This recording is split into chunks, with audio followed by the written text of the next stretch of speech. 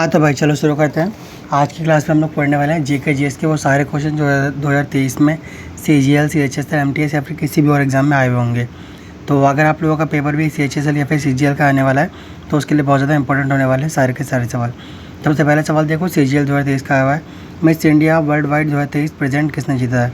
Option दे रखे हैं खुशी पटेल, रोशनी रजाक, नाविया पेंगोल या फिर वहेदी डोंगरे। तो इसका सही ऑप्शन हो जाएगा खुशी पटेल, ऑप्शन नंबर ई, क्या खुशी पटेल।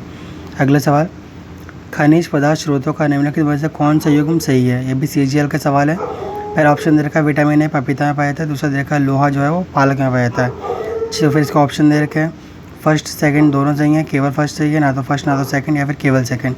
तो इसका सही आंसर हो जाएगा ऑप्शन नंबर ए यानी ऑप्शन नंबर 1, फर्स्ट और सेकंड दोनों ही क्या इसमें सही है। अगला सवाल, संयुक्त राष्ट्र अमेरिका की पहली महिला उपराष्ट्रपति बनकर किसने इतिहास रचा है। 2023 सीजीएल का सवाल है। तो 4 ऑप्शन दे रखे हैं, एलिनोरा रूजवेल्ट, कमला हैरिस, मार्गारेट हिगिंस या फिर सुचित्रा पाल। तो इसका सही आंसर हो जाएगा कमला हैरिस। अगले सवाल, क्वेश्चन आप लोगों को पसंद आए या ना आए, सारे क्वेश्चन इंपॉर्टेंट है क्योंकि एग्जाम में आए हुए सवाल हैं, तो इसलिए थोड़ा सा अलर्ट रहिएगा। क्वेश्चन नंबर 4 है, 1793 में जब बंगाल में स्तंभरारी बंदोबस्त लागू किया गया था तब वहाँ का गवर्नर जनरल कौन था। सीएचएसएल का सवाल है। Lord Ripon, Lord William Bentinck, Lord Mountbatten या फिर चार्ल्स कॉर्नवेल्स। तो इसका सही आंसर हो जाएगा ऑप्शन नंबर डी, चार्ल्स कॉर्नवेल्स। अगला सवाल, पश्चिमी हिमालय में बौद्ध शिक्षा का सबसे बड़ा केंद्र की गोम्पा राज्य का संघ निम्नलिखित में से कौन सा है। 4 ऑप्शन दे रखे हैं। सीएचएसएल का सवाल है। जम्मू कश्मीर, पंजाब, हिमाचल प्रदेश या फिर उत्तराखंड।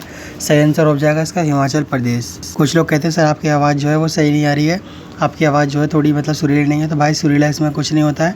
अगर वो सारे क्वेश्चन मैं आप लोगों को करा रहा हूँ जो इंपॉर्टेंट है तो ये वीडियो इंपॉर्टेंट है, आवाज़ चाहे कैसी भी हो, ठीक है। अगला सवाल, क्वेश्चन नंबर 6, किस भारतीय स्वतंत्रता सेनानी को भारत का बिम्ब स्मारक भी कहा जाता है। 4 ऑप्शन दे रखे हैं, महात्मा गांधी, जवाहरलाल नेहरू, लाल बहादुर शास्त्री या फिर सरदार वल्लभ भाई पटेल। तो इसका सही आंसर हो जाएगा option number D, Sardar Vallabh भाई पटेल। क्वेश्चन नंबर 7 है, भारतीय संविधान का अनुच्छेद 2 किससे संबंधित है। तो इसका सही आंसर हो जाएगा ऑप्शन नंबर बी, नए राज्यों का प्रवेश या फिर उनकी स्थापना से संबंधित है। कौन सा, अनुच्छेद नंबर 2। अगला सवाल, 2011 की जनगणना के अनुसार 2001 से 2011 तक भारत की जनसंख्या का वार्षिक वृद्धि दर कितना है। सीजीएल का सवाल है, 2023 से पूछा हुआ और ऐसे जो जनसंख्या वाले सवाल पूछा जाता है अभी तक 21 की हुई नहीं है, वरना और भी ज़्यादा सवाल पूछा जाते हैं, लेकिन फिर भी ये इंपॉर्टेंट है। 4 ऑप्शन दे रखे हैं, 1.64%, 2.24, 1.97 या फिर 2.16।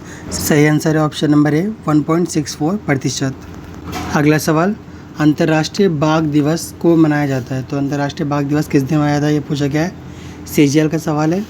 ऑप्शन दे रखा है 4 जुलाई, 5 जुलाई, 29 जुलाई या फिर 30 जुलाई। सही आंसर हो जाएगा इसका 29 जुलाई यानी ऑप्शन नंबर सी सही आंसर हो जाएगा। अगला सवाल, निम्नलिखित में से किन वर्षों के दौरान कुतुबुद्दीन ऐबक का शासनकाल था। सीजीएल का सवाल है। 2023 में 4 ऑप्शन दे रखे हैं, 1290 से 1296, 1266 से 1287, 1320 से 1324 या फिर 1206 से 1210। सही आंसर हो जाएगा 1206 से 1210। अगला सवाल, एक बेसिक कॉन्सेप्ट है जो कि साइंस का एक क्वेश्चन है, पूछा गया है कि पृथ्वी की त्रिज्या कितनी है। 4 ऑप्शन दे रखे हैं, 6371 किलोमीटर, 4728 किलोमीटर, 5619 किलोमीटर या फिर 4756 किलोमीटर। तो इसका सिंपल सा आंसर है 6 के बाद यानी 6371 इसका सही आंसर हो जाएगा। इसको याद करने के लिए क्या फॉर्मूला है, 371 बात करता हूँ। अगला सवाल, ऑस्ट्रेलिया ओपन 2022 में पुरुष एकल का खिताब किसने जीता। 4 ऑप्शन दे रखे हैं, Casper Ruud, Rafael Nadal, Daniel Medvedev या फिर नोवाक जोकोविच। सही आंसर हो जाएगा इसका option number B, Rafael Nadal ने ओपन में खिताब जीता है। अगला सवाल, निम्नलिखित में से क्या भारतीय संविधान के भाग 9 के अंतर्गत आता है। 4 ऑप्शन दे रखे हैं। तो इसका सही आंसर जैसा आप लोगों को पता है जो पंचायत है वो क्या है, भाग 9 के संविधान के अंतर्गत आता है। अगला सवाल, तो इसका ऑप्शन नंबर डी सही हो जाएगा, ठीक है। नेक्स्ट क्वेश्चन देखते हैं हम लोग। क्वेश्चन नंबर 14, निम्नलिखित में से कौन सी एक स्थानीय प्रजाति है। ऑप्शन दे रखे हैं, भारतीय गेंडा, भारतीय जंगली गधा, निकोबारी कबूतर या फिर रेगिस्तानी लोमड़ी। तो इसका सही आंसर हो जाएगा ऑप्शन नंबर सी, निकोबारी कबूतर। अगर आप लोगों को किसी सवाल का जवाब पता है तो कोशिश कीजिएगा कि मुझसे पहले दें, और नहीं पता है तो कोशिश कीजिएगा आगे फ्यूचर के लिए हमेशा के लिए याद हो जाए। किसी मोमबत्ती की ज्वाला के पूर्ण दहन के बाद जो बचा हुआ क्षेत्र उसको किस रंग का होता है।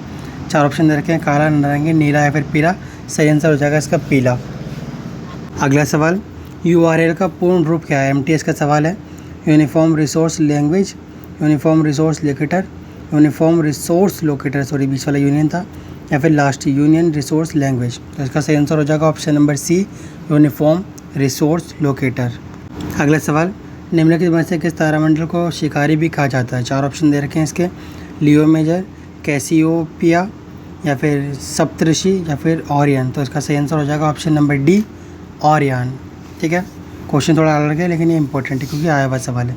अगला सवाल, निम्नलिखित में से कौन सा एक बाहर जनित बल है? MTS का सवाल है। भूस्खलन, भूकंप, ज्वालामुखी, या फिर पवन। इसका सही आंसर हो जाएगा ऑप्शन नंबर डी, पवन। आए हुए सवाल है तो भले ही आप लोगों को बोरिंग लगे लेकिन इम्पोर्टेंट है, बहुत ज़्यादा इम्पोर्टेंट है। अगला सवाल, खेलो इंडिया यूथ गेम के चौथे संस्करण में हरियाणा में कुल कितने पदक जीते थे? 4 ऑप्शन दे रखे हैं, 123, 115, 101, या फिर 137। सही आंसर हो जाएगा ऑप्शन नंबर डी, 137। अगला सवाल, मांग के नियम के अनुसार किसी वस्तु के लिए उपभोक्ता की मांग होनी चाहिए। 4 ऑप्शन दे रखे हैं तो इसका सही आंसर हो जाएगा ऑप्शन नंबर डी, वस्तु की कीमत से प्रतिलोम संबंध होना चाहिए, सीधा सीधा उपभोक्ता का। ये भी आया हुआ सवाल है इसलिए इम्पोर्टेंट है। अगला सवाल, कुछ लोग बोल देते हैं कि ये कहाँ पे आया हुआ है, तो आगे लिख रखा है मैं सबके आगे कि SSC MTS में आया हुआ है। तो इसी तरह से और भी काफ़ी सारे क्वेश्चन आए हुए ही आज हम लोग करने वाले हैं। 21वां सवाल है, निम्नलिखित में से कौन सा भारतीय संविधान की 7वीं सूची के संघ की सूची के अंतर्गत नहीं आता? 4 ऑप्शन दे रखे हैं, पादक लिकर, बैंकिंग, या फिर डाक और तार, या फिर राज्यों के लेखाओं की संपरीक्षा। सही जवाब हो जाएगा ऑप्शन नंबर ए, पादक लिकर।